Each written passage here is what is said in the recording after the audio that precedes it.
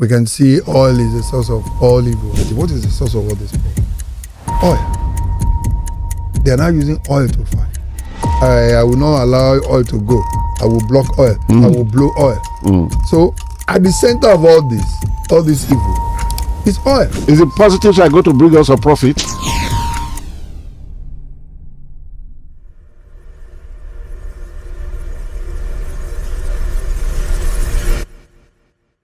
Ola Oresanya, you are welcome, sir. Thank you, Guru. Thank you, Kaudi, and thank you, esteemed listeners. How is that place you are coming from? Oh yeah, cool and calm. I thank God your next governor is well known now. Well, by the grace of God. Okay. I have a question for you, but I did not ask it on air. Now, the war in Iran. The war in Iran. This war took off on 28th of February. The number of bombs dropped would have gone above 10,800 on target of 4,000. And we are talking of deadly weapons. That's so far the number. Because the first 10 hours of the hostility, more than 30,000 bombs were dropped, coming from two places, Israel and America, on Iran.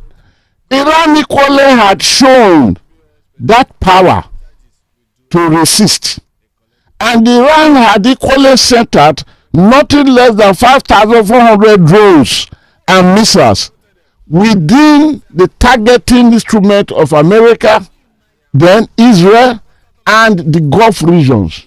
And the countries that suffered this include Saudi Arabia, United Arab Emirates, Qatar, Bahrain, Kuwait. They are suffering on this.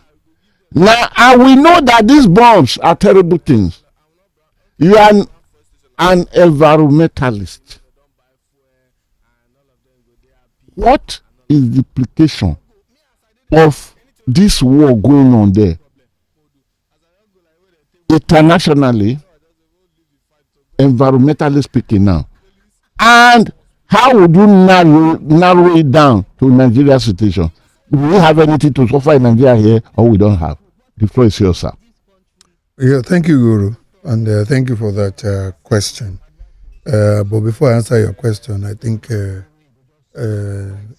when you asked the other question about fuel, you did not say whether it was diesel or petrol. You were asking, you just it was. No, I asked of PMS. Okay. I know diesel had gone almost 2,000 something per liter. Okay, because the price varies. Yes. Anyway. All right, so to go to the the question about the implication of all this war on the environment, I think I'll take it from two angles here. Yeah, go ahead. One is the disadvantages, the negative impact that it has, and the other one is the positive. There's a positive side of the war. Yes, on the war, on the environment. Including those bombs being thrown. On the environment, there's a positive impact. Okay. So I'll take it from those two angles. So okay. Let me start with the negative, which relates more with the narratives of the bomb, and so it's expected to be negative. Yes, definitely. There's so much negatives. Talking about the greatest negative is the release of carbon dioxide, carbon monoxide, and sulfides in the air, coming from all the oil fields, the refineries that are blowing up. The studies show that the first 2 weeks of that bombing of those refineries and the oil fields, you have more than 5 million tons of carbon dioxide that was released into the air. More than 5 million tons of carbon dioxide, all within 2 weeks. Right now, the war is about 5, going to the 6th week now. All right, and you can extrapolate that to the quantity of carbon dioxide that's been released, all within a very short time from a region and that region, which is the Gulf region. the Gulf region, will be like the plume. All right, that's the center of the pollution right now that will radiate to all other areas of the world, because wherever the wind blows, it's going to be blowing this carbon dioxide. Sorry, interjection. When you say all around the world, is Nigeria included? Nigeria inclusive. Oh, we are included? We are. Go included. ahead. So we are downstream to all those areas, and it will impact on us. Okay, this carbon dioxide, methane, volatile organic compounds that are being released from the bombing. Okay, those are the things that will deplete the ozone layer. So, talk about the climate change that we're talking about, reduction of a carbon footprint. What is being released within this very short time, okay, will erase almost 2, 3, 4 years of carbon emission that we've reduced anywhere. Because we are paying for carbon emission reduction. Now we are putting so much into the air from just a region. So, and we are all going to have the impact because it's right there in the air and it flows, it migrates. Okay, it will go into the ozone layer, it will deplete the ozone layer, and the radiation will come. So, over the years, now there's a distortion in the ecosystem, the global ecosystem, from these words. There's a disruption in the global ecosystem. All the gains we'll be making from all the signage for the Paris Agreement and the rest of it Being wiped out with this war. It's a devastating consequence that is coming up right now. So the emission that is coming from all this bombing, now the soil is also being polluted. The bombs. But the soil pollution, will it be limited to the Arab zone? That will be limited to the Arab area now, because that's in situ. All right, their water, everything right there. But the one that is a major one is the emission, the air emission, is a global impact. It will affect us, also in Nigeria. Okay. It will affect us. All right. Now, to me, that is the negative side. Okay, let's move to the positive side. The positive side is the positive side going to bring us a profit in terms of dollars and all those things? We're talking about. Or what's the profitability we're talking about the environment. What is the profitability of such a devastative exercise? Yes. Go ahead. Now, what is the origin? What is the source of all this problem? Oil. They are now using oil to fight. I will not allow oil to go. I will block oil. I will blow oil. So, at the center of all this evil, is oil. The fossil fuel. Now, environmentalists have been talking about alternative to fossil fuel before now. We've also, because our life depends on all this crude oil, fossil fuel, we're not looking at the solar energy. We're not looking at the wind energy. We're not looking at alternative source of energy. We depended so much on this fossil fuel that now most of the European countries, they are now going back. They are now forced to look into this alternative source of energy.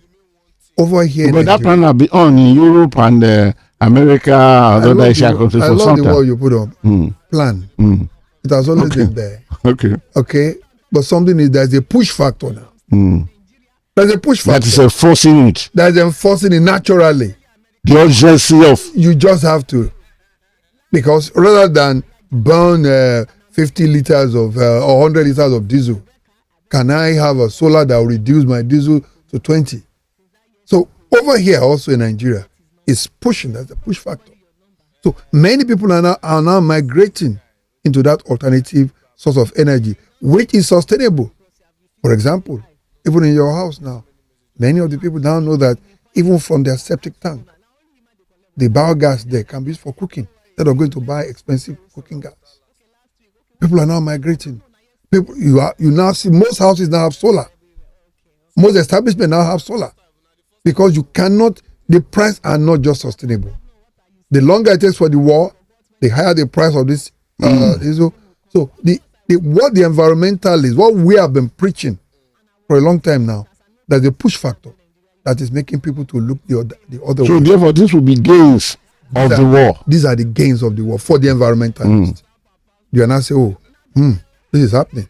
Because those fossil fuel is not sustainable. It's not. Okay. Does that mean that the environmentalists would sometimes pray for situations like this, so that when people's lives are being captured by bombing and quote, there will be a push factor for what they really want for the world? No, that would be unfair. Don't pray. I'm not saying that you are wicked, but it's just a question. No, you don't wish. It's just a question. Such a negative push factor, but you desire a push factor. Okay, if you're pushed to do something, you do it faster, you do it convincingly, because you can relate with the element of conviction. You can relate with it. There are urgency. There's a need to have it. There's a price. Okay, you know what you are saving if you do it. But if there's no economic factor, economic case to do it, you may not be able to do it. If I still find it cheaper to buy diesel than to have solar, why do I need solar? Why do I need it? But if eventually I find that it's cheaper to have solar than to buy diesel, there's a push factor. And solar is a renewable energy. You don't need to cause pollution. Mining oil itself would, Ogun State dealt it today. The level of degradation that comes with mining for all this oil. Don't forget that from the Niger Delta. Thank you. The Niger Delta problem is still there. Supposing we don't need to mine the crude oil in Niger Delta. Supposing we have electric cars. People with electric cars now are enjoying. They don't have the impact of this problem of a high fuel.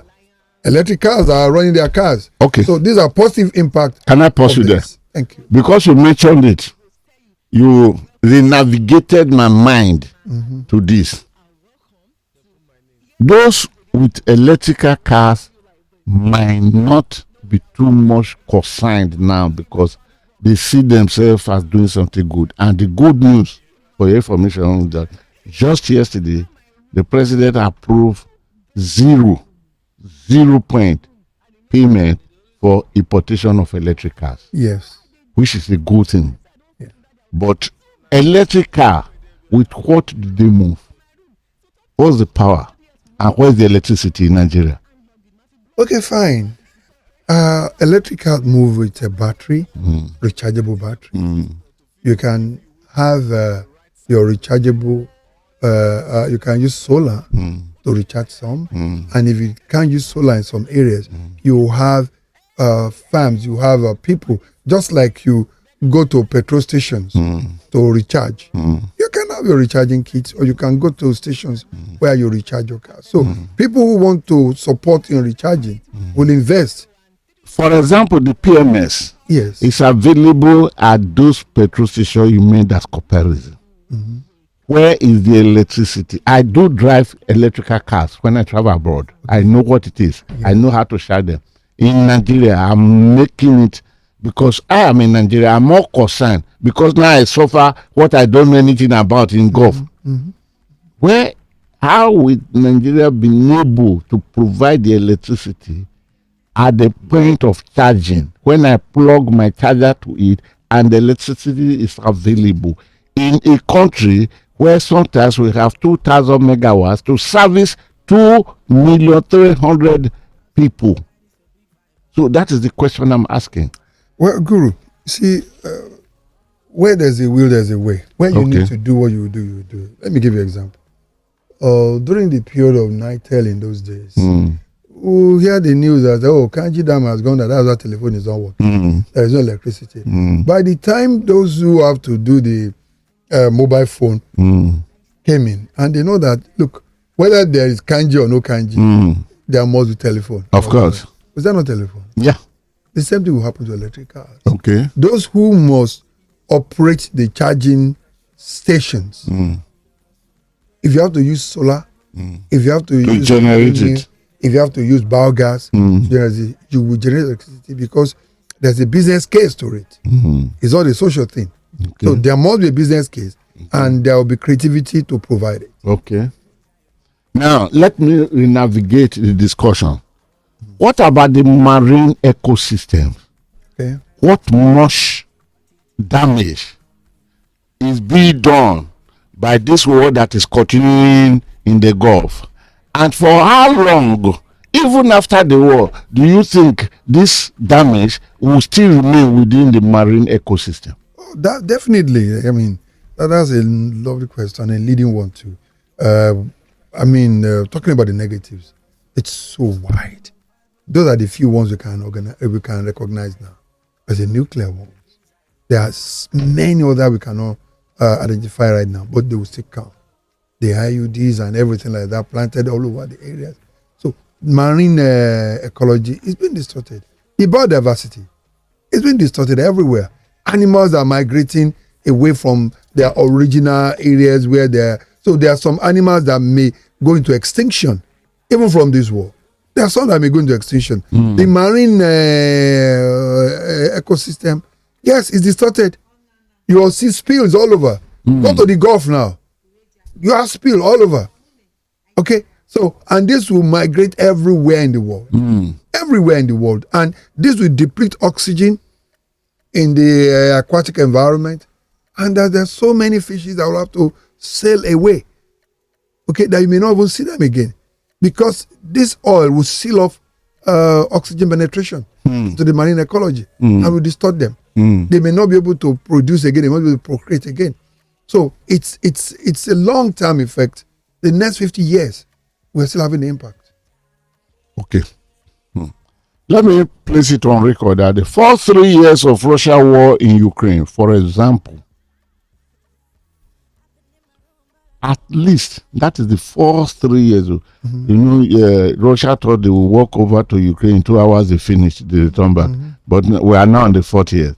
The first 3 years, there was 230 million tons of CO2 equivalent that came into the atmosphere and destroyed it.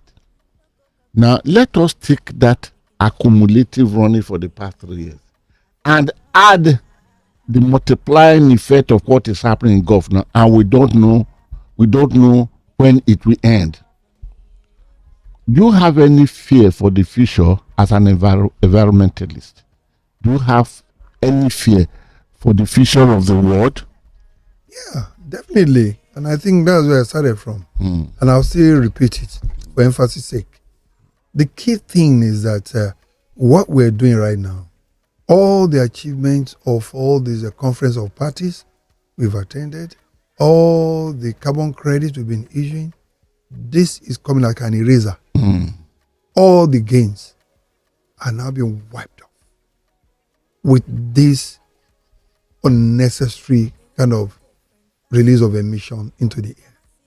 I told you, the first 2 weeks alone, when they've not even started bombing the airfields, the first 2 weeks alone, okay, of the Iran, US and Israel war, the first 2 weeks were more than 5 million tons. Right? So you can relate that with the Ukraine-Russian war that has gone for 3 years. If this one is unending, the same thing will continue. And they are targeting oil fields, oil areas. And the moment you put fire in oil, the moment the oil is burning, all right, incomplete combustion, we'll call it, suits that will be released. Suits, not like the one we had in Port Harcourt sometimes when they were burning all these local refineries. The suits will be released. People will inhale it. That's carbon black. A lot of people will die of. Or people will have children that will be, that will not look normal, abnormal children, disturb pregnancy, affect production and everything like that. So the impacts are so devastating on health and the environment, the biotic and the abiotic environment. Now that you mentioned that, it brings me to a point. When in 1945, Hiroshima and Nagasaki was bombed, the first implementation of atomic energy around the whole world. 25 years after that, there are still effect of it within the environment where it occurred, that pregnancies will not be properly brought up and abnormality children will be formed, and all those and all those. Do you see something similar in what is happening within the Gulf today? Because I'm narrowing my discussion to the Gulf area as an environmentalist. Yeah, absolutely. Just to emphasize, that's exactly what I said. People are now inhaling VOCs, that's the volatile organic compounds.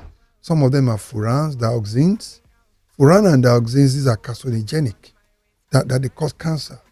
You inhale them, they go there, they are not going to dissolve your body.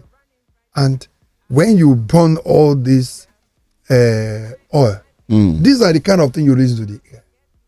These materials, poisonous gases in the air. So for people in another area, of course, congenital problem, complications are going to be there for years. For years. The devastation is not just now. So what we are looking at now is just a battle of supremacy now. The real war will continue long after the battle. After the battle would have been settled. The real war will not be the war against humanity, against health, against devastation, restoration, mitigation, new adaptation. It can never be the same again. And the environment in particular, the devastation is destroyed. That's why people beg not to have war.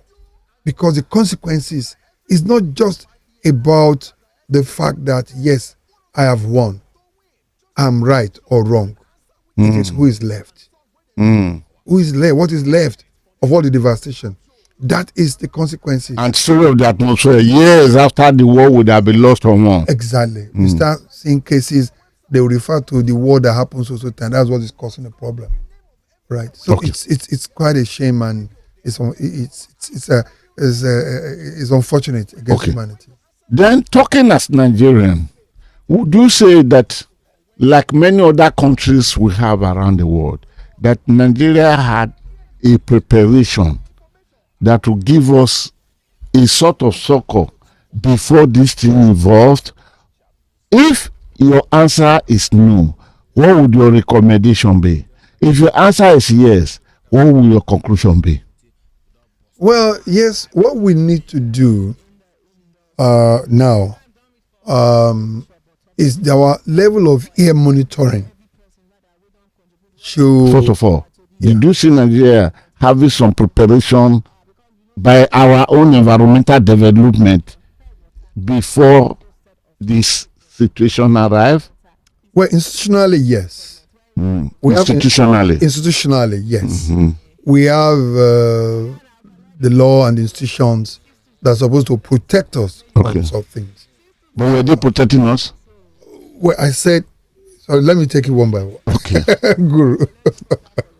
So we have the law, we have the institution, the Nigerian Environmental Standard and Regulation, NESRA, is supposed to ensure the protection of the entire nation, the air quality, our environment, to protect us against such devastation.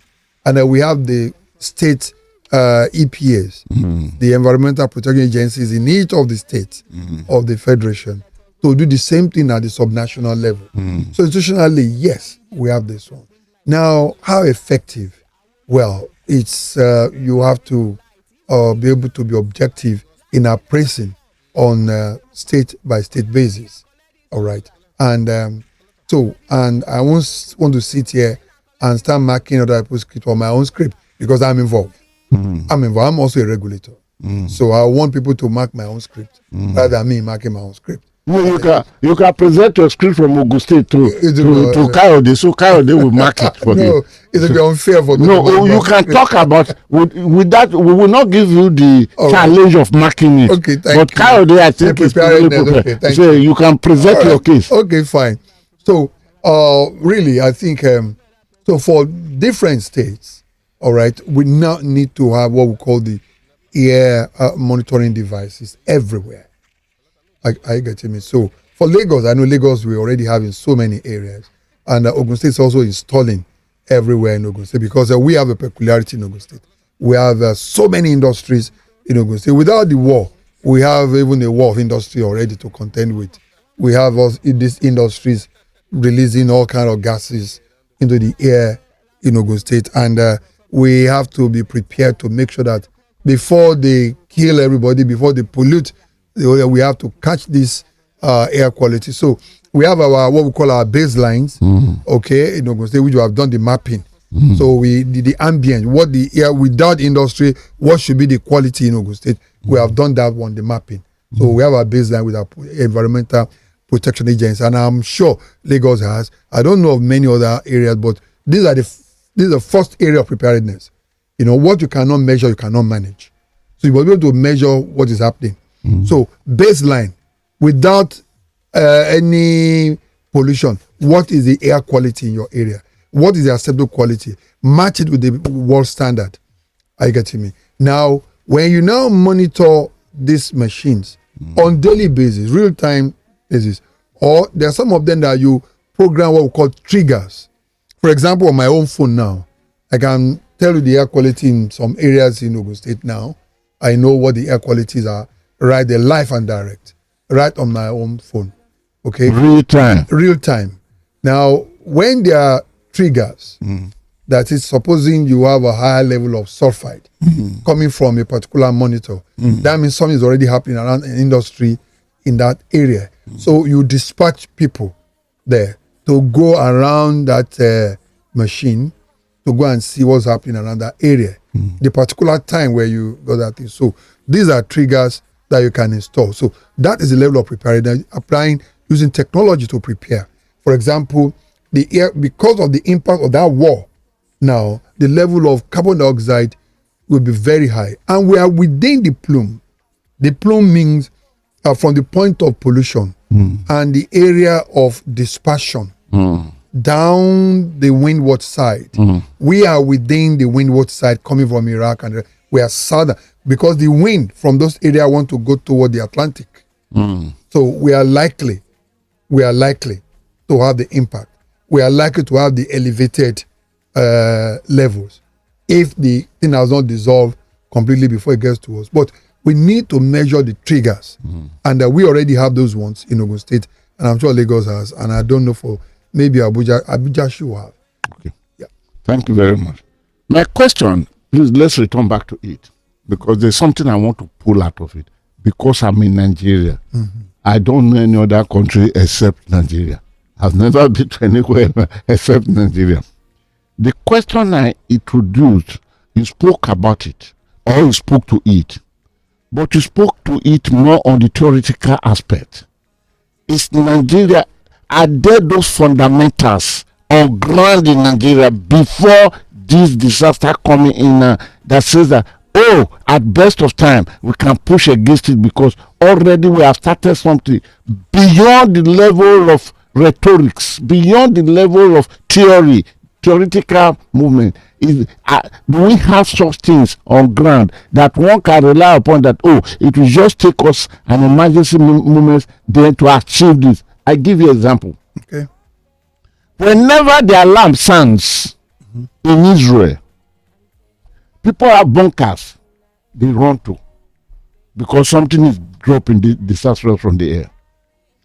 Even as we talk today, in England, even the local villages, let me not call them villages, the towns around, for example, you have London as the largest, you have Manchester second, you have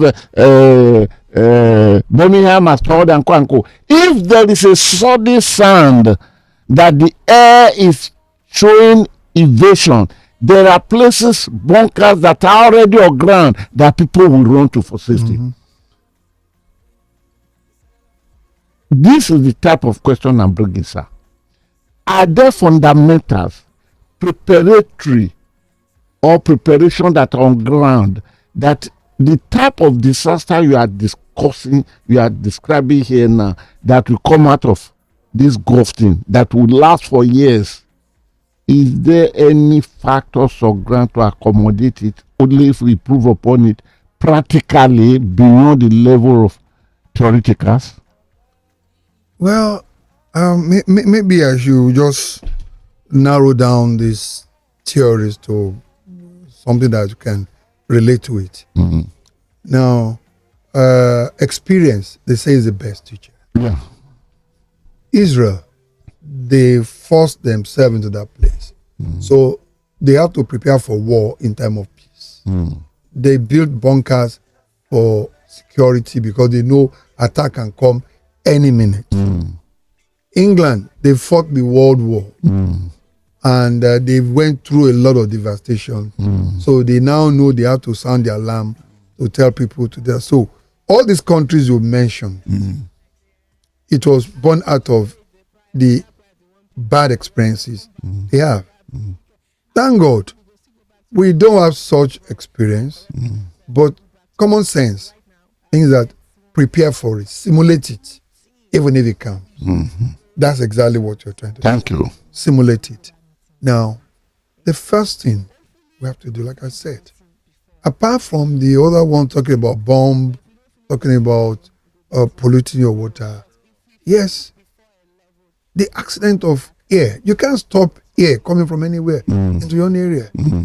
It could be chemical weapon in the air that may want to come. The first thing is, what is our alarm? Who is the policeman for that air? That is NESRA.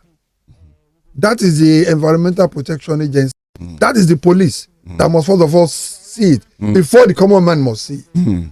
And that tells you that the capacity of those institutions to respond to the duty that is they are saddled with. So that is that.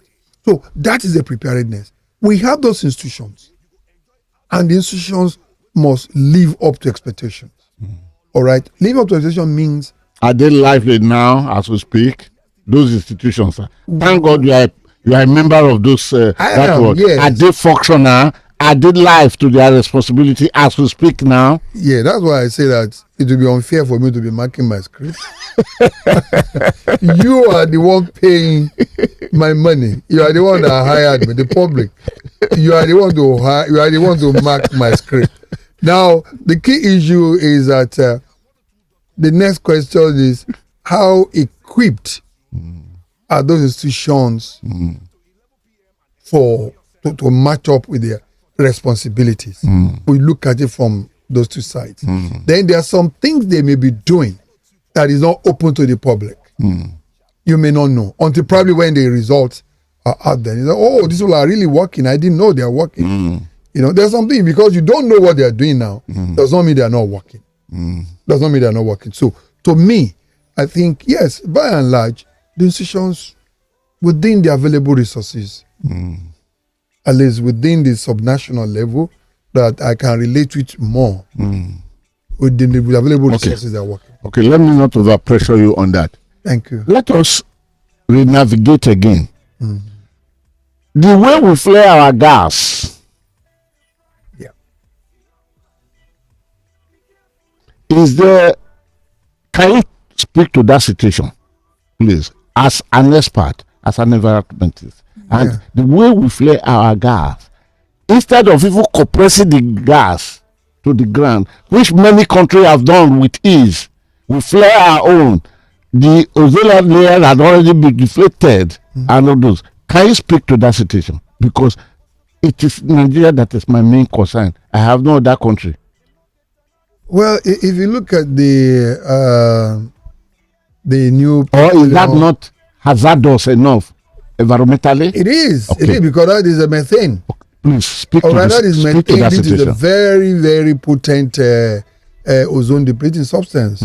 All right, it is. So because that is one of our highest carbon footprints, that is not allowing us to reduce the kind of pollution, global pollution. So it's embedded in the petroleum industry, the petroleum industry law. There are timelines for zero flaring, and we've shifted our timelines, I think, about twice now, right, based on several conditions. Now there right now, I think from the last report by NNPC or so, I think we're already closer to almost about 40% diversion now. All right, we're still flying, I think, slightly about 60%. And with the way that before now, it was 100%. It was 100%. But right now, we are now we have reduced the gas flaring, and more oil fields are now deploying the right kind of equipment to make sure that every gas there is captured, compressed, and distributed. All right. So the capacity to capture, because you can't stop this gas coming. So you need to have various terminals. You need to have a lot of equipment that will capture the gas almost at the same time. So it's a flow system which you cannot impede. Impeding it means a blowout, which can be devastating. All right. So it's either you are allowed to go to be free rather than blow up the airfield. You can't stop. It's like somebody want to sneeze and you're now holding your nose, you are blocking your nose. It's that you want to blow up your brain. So the gas that is coming, you must have the capacity to evacuate it immediately as it's coming. So you need a lot of equipment, and most of the IOCs, the international oil companies, are being compelled now to deploy part of their fund to improve on the quantity of this gas they can capture, compress, and export, or will use locally. But there's a whole lot of infrastructures required to do this. So, and I think with the people in the oil industry, I'm sure they are working seriously in that regard. Given where we started from in this journey of the devastation that is taking place in Iran, what's your advice? Well, True speaking to the matter, to what's your advice? To me, I think the first advice to go to my colleagues, those of us, the environmentalists and the regulators, we have to be alert. We have to be alert to what the ordinary man may not know this, but those of us in the environment field, we have to be the custodian of the environment itself. So we'll be alert and monitor the triggers for the impact of this emission, and for our people to, if you notice any kind of obnoxious gas that you perceive in your area, just like the one we had in Ijebu 2 weeks ago, please report to the authorities nearest to you. Is Ijebu safe now? Can I travel there? It's safe now. I can travel there? Yes. Because I think I have an engagement. Complain quickly. But when I was not air from Iran, it was somebody, all these are people doing otapia. They started cooking carbide with urine of cow urine with carbide and using diesel. It was terrible. But is the place safe now? It's safe there. Because I have an engagement there the next 2 hours. So. Don't worry, it's safe now. We have all the. I can show you the air quality around Ijebu now, right before I leave this place. Okay, thank you very, very much, Mr. Oresanya. It's nice hearing you. It's nice tapping, and it's very, very good that you offer to travel the way at a time that scarcity of fuel or costly position of fuel is the beginning of freedom in Nigeria. For you to have a back here, we are very, very grateful. Yes, sir. Francis from VI. You're very correct. Yes, Good morning, sir. Daddy Guru. I salute you with respect. Good morning to our guest. Yes, sir. Daddy Guru, Yes, sir. I am grateful this morning. God bless you, sir. Amen. Thank you. You have a very deep knowledge. Daddy Guru, borrow me. Frankly speaking, this is one of the questions I asked one of your show about the danger of the bombardment that is going on in Iran. No. But I want to ask our guest, what is the danger, environmentally speaking now, about the illegality going on in the north? Because if we must tell ourselves the truth, a lot of illegality is going on there, illegal mining is going on there. What danger does it present to our environment in the future? Okay, he will answer you, but let us speak. He will come back to that one. Go ahead. All right, and let's see if we can take one or two messages. We'll be back to the phone lines. Good morning, Sir Guru. Okay, I sent you a direct message about Loma's operation to the number you gave. Okay, don't worry, because you are talking environment. Loma has come up. All right. This man here will not answer to Loma. He is the commissioner of environment in Ogun State. All right. Okay. Someone sends a video, says I'll call you later. That's Olushola. Thank you, Olushola. Let's take this final one. Then we come to you, sir, to answer some of the questions. Good morning.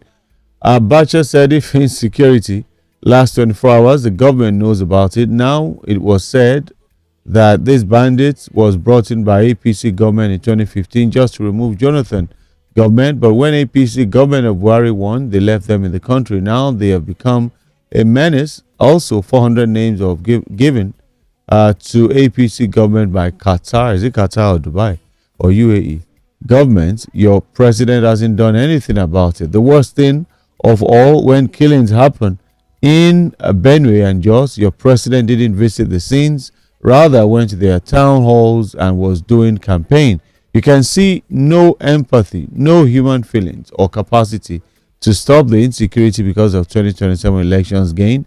So you can see this government is complicit. How will there be peace without justice? It's a shame. The worst of us is ruling the best of us. Truly, there was a country. Lekon, sounding like Dayo from Fagba. All right. Okay. Something more environment related. The environmental pollution in Ogijo due to the metal recycling and battery still continues despite closing down for a while. Mr. Ade speaks. Let's come to you, sir. Only two. Yes, sir. He spoke about Ogijo. Okay. Yeah, and the Lego mining. Yes. All right. Yeah. Well, thank you for Ogijo. Well, the long-term plans that we have for Ogijo is to remove those industries away from there. Is to remove the industry. Where are you taking them to? We have a new industrial cluster around Ijebu-Ode. We're taking them between Ekpe and Ijebu-Ode. So we have a new. So they have to be within the industrial cluster. Ogijo is not an industrial town. It was not planned by government. It just was an accident because most of the industries that left in Lupeju in the 70s and 80s during Jakonde. Just found themselves in Ogijo. They could not, they gave them Odonguyon to go and settle them, but Odonguyon, they could not finish Odonguyon construction. So many of them could not access their land. So they just moved to the nearby town, which was Ogijo then. It was a village, and started buying land free. So maybe the government of Ogun State too did not look at the area then. So before you say Jack, industries were there, and people started building houses around those industries. So there's no way the two of them can question. And even some banks advertised by asking, are you within Ogijo area? So banks. Oh yeah, because encouraging. Oh yeah, it's not because of money, it's the commerce. So Ogijo, the level of commerce in Ogijo is very, very high. Very high. So you have a lot of people who are there, the level of trading. So hearing alone that we are relocating those industries alone is like the whole town, everybody's starting, please don't relocate them. But we just have to. I know that by the time we locate those industries, the town will be dead. It will be a livable town, but zero commerce. So we have to pick one. Will the people not fight for their interests? Well, lobbying must be taking place. Sustainable development. We can't, I mean, people are dying. They keep complaining about Okay, let's go to the first. But sorry, on this, can that place not be repurposed? Maybe create more of a buffer between the residential and the industrial. Since the industrial got there before the residential. Yes, creating buffer there will still not solve the problem. To me, I think relocate. I visited the area relocate 3 times early 2025. Then what I saw, I told myself, this place is going to be a master of confusion for a long time. It's a disaster that has been incubated for over 30 years. So right now, we just have to be bold to do the right thing, to relocate them completely. So let's have a quiet town that can be livable. Yeah, but no zero commerce, no problem. But and there'll be problem. Well, I don't know. You can't go and live in industrial cluster. So you go and work in industries and come back. So then the danger of illegal mining is huge. It's huge. All right. The environmental. Are there illegal miners in Ogun State? Oh, everywhere in Nigeria. Yeah, we are. We have them too. Do you top the chart like Oyo State? No. No, because we have a lot of policing around. We have our Motekun people that are doing so much. But you still have these illegal miners. In Ogun State, we have all kind of minerals in Ogun State too. So they go. We have lithium there too. They go all over mining, but it's huge in areas like Zamfara, Niger, and then the key danger there is lead. This same lead is associated with most of the minerals, cadmium, arsenic. These are heavy metals that when you inhale them, it will destroy life over time. So most of the people who sometimes even the destruction can come faster, like what happened in the fallacy the other day. How many of them died? Yeah, because of arsenic poisoning. It's almost like cyanide. Okay, they'll die off. But these are associated with mining, and artisanal miners are exposed to all these things. But because many of them are so poor, they think less of their life. The kind of desperation that will make a man see a tank of petrol fall and is going there to scoop petrol, knowing fully well that is closer to his grave than anything. But because of desperation and poverty, he's still struggling to go in there. And sometimes their children behind them. Exactly. So it's the same kind of it's the same kind of desperation. You see these people going to the mines to support illegal mining. So the devastation is huge. Okay. Everywhere. Let me add a question, because it's like we are giving permission now to add something. The anti-illegal mining laws that are implemented. You are a top government official, but that is not giving you permission to draw you to contest for speaking on behalf of the federal government. Because as a government official, you may want to restrict yourself. But the mining laws brought by government, do you think they are sufficient? That is number one. Number two, the laws, even as they are on ground at the federal level, ministry, is it mines are power or what they call it at the federal level? Mines. Are they being usefully enforced? Well, speak generally, don't be specific. Yes. Generally, I will speak from a point of knowledge, and the one that I can answer. For example, the law. I'm not too conversant with the details of that law, so I don't think it would be right of me to be speaking to the law when I don't know everything too much. I only know the environment component of it, and the environment component of that law states clearly that when you are issued a mining license by the federal government, you still have to have the authorization of the subnational of the state because of environmental implication of mining. Because the state government or the local government, they are the first responders when it comes to restoration of mining sites. So because you have the federal license, does not give you the right to just enter any land to start mining.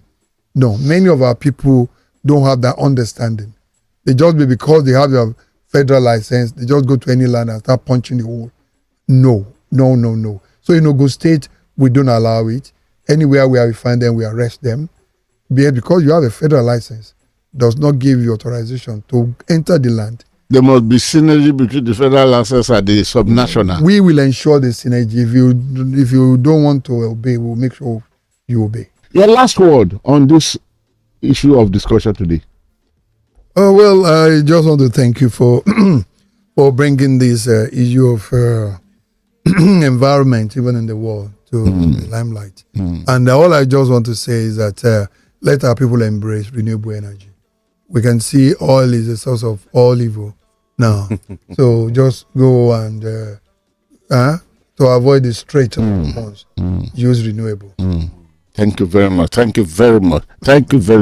In fact, what you came, I never knew that there were rewarding part of this thing. I only saw so thank you very much, Mr. Ola Oresanya. I'm really very, very grateful. I cherish everything you do. Whenever I call you, you're always there. And this one that we have to pay very highly for the cost of PMS to come live here. Oh, it is something that will remain in my memory for as long as Coyote is not sending me to Niger Delta to go and take a decision.